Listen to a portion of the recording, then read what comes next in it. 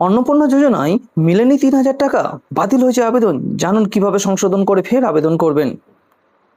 পশ্চিমবঙ্গ নতুন বিজেপি সরকারের অন্যতম প্রকল্প ছিল এই অন্নপূর্ণা যোজনা, যেখানে দ্বিতীয় কিস্তিতে 3,000 টাকা গত পয়লা জুলাই থেকে উপভোক্তার ব্যাংক অ্যাকাউন্টে পাঠানো শুরু হয়েছে। বহু যোগ্য মহিলা ইতিমধ্যে এই আর্থিক সহায়তা পেয়ে গেলেও অনেকেই আবেদনপত্র ভুল তথ্য বা নথির অভাবে বাতিল হয়েছে। আবার অনেকের অ্যাকাউন্টেও কিন্তু ঢোকেনি টাকা। তাহলে কি করবেন? অন্নপূর্ণা যোজনার দ্বিতীয় কিস্তির 3,000 টাকা নিয়ে যে বিস্তারিত তথ্য, সেই তথ্য কিন্তু আপনাদেরকে এখন জানাবো। অর্থাৎ যোগ্য মহিলাদের প্রতি মাসে 3,000 টাকা করে দেওয়া হয়েছে। ক্ষেত্র বিশেষ এ পর্যন্ত মুখ্যমন্ত্রী শুভেন্দু অধিকারী মহাশয় এই প্রকল্প চালু করেছেন।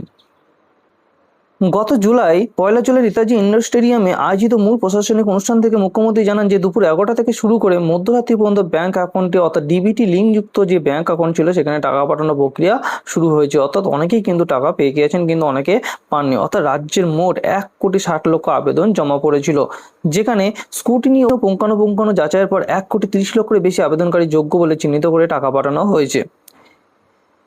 এর আগে গত 3 জুন প্রথম কিস্তি পেয়েছিলেন প্রায় 27 লক্ষ মহিলা। অর্থাৎ প্রথম কিস্তিতে কিন্তু 27 লক্ষ মহিলা পেয়েছেন এবং পরে পেয়েছেন হচ্ছে 1,30,00,000 মহিলা, অর্থাৎ প্রায় 1,60,00,000 মহিলা পর্যন্ত টাকা কিন্তু পেয়েছেন। কিন্তু তা সত্ত্বেও কিন্তু অনেকের বাতিল হয়েছেন। কেন বাতিল হয়েছেন সেই বিষয়ে দেখে নেওয়া যাক। এই যে বিপুল পরিমাণে কিন্তু অনেকে টাকা পেয়েছেন, অর্থাৎ 3,000 টাকা করে তারা কিন্তু মাসে মাসে পেয়েছেন, কিন্তু তা সত্ত্বেও অনেকের টাকা পাননি। কি কারণে পাননি? অনেকের ব্যাংক অ্যাকাউন্ট ভুল ছিল বা আইএফসি ভুল ছিল। আধার মোবাইল যে লিঙ্ক ছিল সেই লিঙ্ক কিন্তু অনেকের ভুল ছিল, অর্থাৎ আধারের সাথে যে মোবাইল নম্বর ছিল সেই মোবাইল নম্বর কিন্তু অনেকের লিঙ্ক করা ছিল না।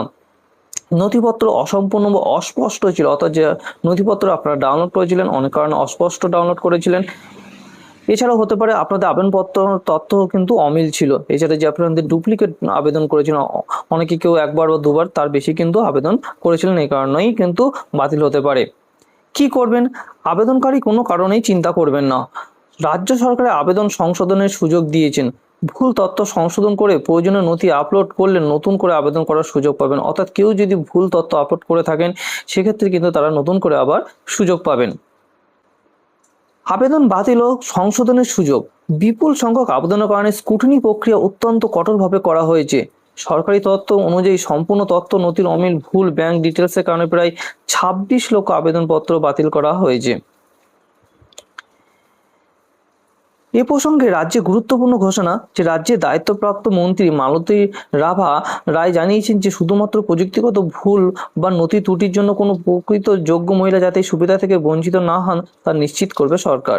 সেই কারণে বাতিল হওয়া ফর্মগুলি সংশোধন করার এই একই সঙ্গে নতুন আবেদন জমা দেওয়ার প্রক্রিয়া চালু রাখা হয়েছে। কিভাবে আবেদন করবেন? অর্থাৎ অনলাইন আবেদন ও হেল্পলাইন নম্বর আপনাদেরকে কিন্তু সরকার অফিসিয়ালি ভাবে জানিয়ে দিয়েছে। আপনারা চাইলে কিন্তু আবেদনকারীরা পশ্চিমবঙ্গের যে সরকারি অফিসিয়াল ওয়েবসাইট আছে সেই অফিসিয়াল ওয়েবসাইটে গিয়ে বাংলা, ইংরাজি, হিন্দি ভাষার নতুন ফর্ম পূরণ করতে পারেন, অথবা পুরনো ফর্ম কিন্তু আপনারা চাইলে কিন্তু সেখান থেকে গিয়ে কিন্তু ফর্ম সংশোধন করতে পারেন। অর্থাৎ যাদের ফর্ম ভুল হয়েছিল, যাদের টাকা 3,000 টাকা পাননি, তারা কিন্তু চাইলে পুনরায় আবার কিন্তু সংশোধন করে ফর্ম ফিল আপটা করতে পারবেন। অর্থাৎ সোশ্যাল সিকিউরিটি পোর্টাল বা যে সোশ্যাল রেজিস্ট্রি পোর্টাল ছিল সরকারি পোর্টাল, সেখানে গিয়ে কিন্তু আপনারা এটা সম্পূর্ণ প্রক্রিয়াটা করতে পারবেন। অনলাইন আবেদন জমা পড়ার পর আপনাদের যে গ্রামীণ এলাকায় ব্লক অর্থাৎ বিডিও যে আছেন, এছাড়া পুরসভা অঞ্চলে যে এইচডিও আছেন, তাদের কাছে কিন্তু নথিপত্র তারা যাচাই করবেন। তাহলে কিভাবে এই সংশোধন করবেন? সংশোধন করার জন্য আপনাদের প্রথমেই যে সোশ্যাল সিকিউরিটি পোর্টাল বা সোশ্যাল রেজিস্ট্রি পোর্টাল আছে সেখানে আপনাদের যেতে হবে। সেখানে গিয়ে আপনাদের লগ ইন করার সাথে সাথে আপনাদের যে ডিস্ট্রিক্ট, সেই ডিস্ট্রিক্ট সিলেক্ট করার পরে আপনাদের ফোন নম্বর দিলে ফোনে একটা ওটিপি যাবে। ওটিপি যাওয়ার পরে যে আপনাদের মাই অ্যাপ্লিকেশন বা অ্যাপ্লিকেশন স্ট্যাটাস আছে সেখানে কিন্তু আপনারা দেখতে পাবেন, এবং আপনাদের যে ভুল তথ্যগুলো আছে সেই ভুল তথ্যগুলো কিন্তু আপনারা চাইলে কিন্তু পুনরায় আবার সংশোধন করতে পারবেন।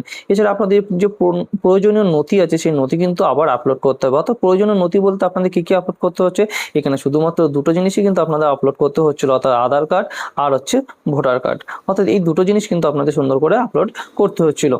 এছাড়া কি করবেন, যে সাবমিট করে সংশোধন আবেদন সম্পূর্ণ করুন। অর্থাৎ সাবমিট করার পরে কিন্তু আপনাদের যে ভুল হয়েছিল সেগুলো কিন্তু সম্পূর্ণভাবে আবেদনটাকে সংশোধন করতে পারবেন।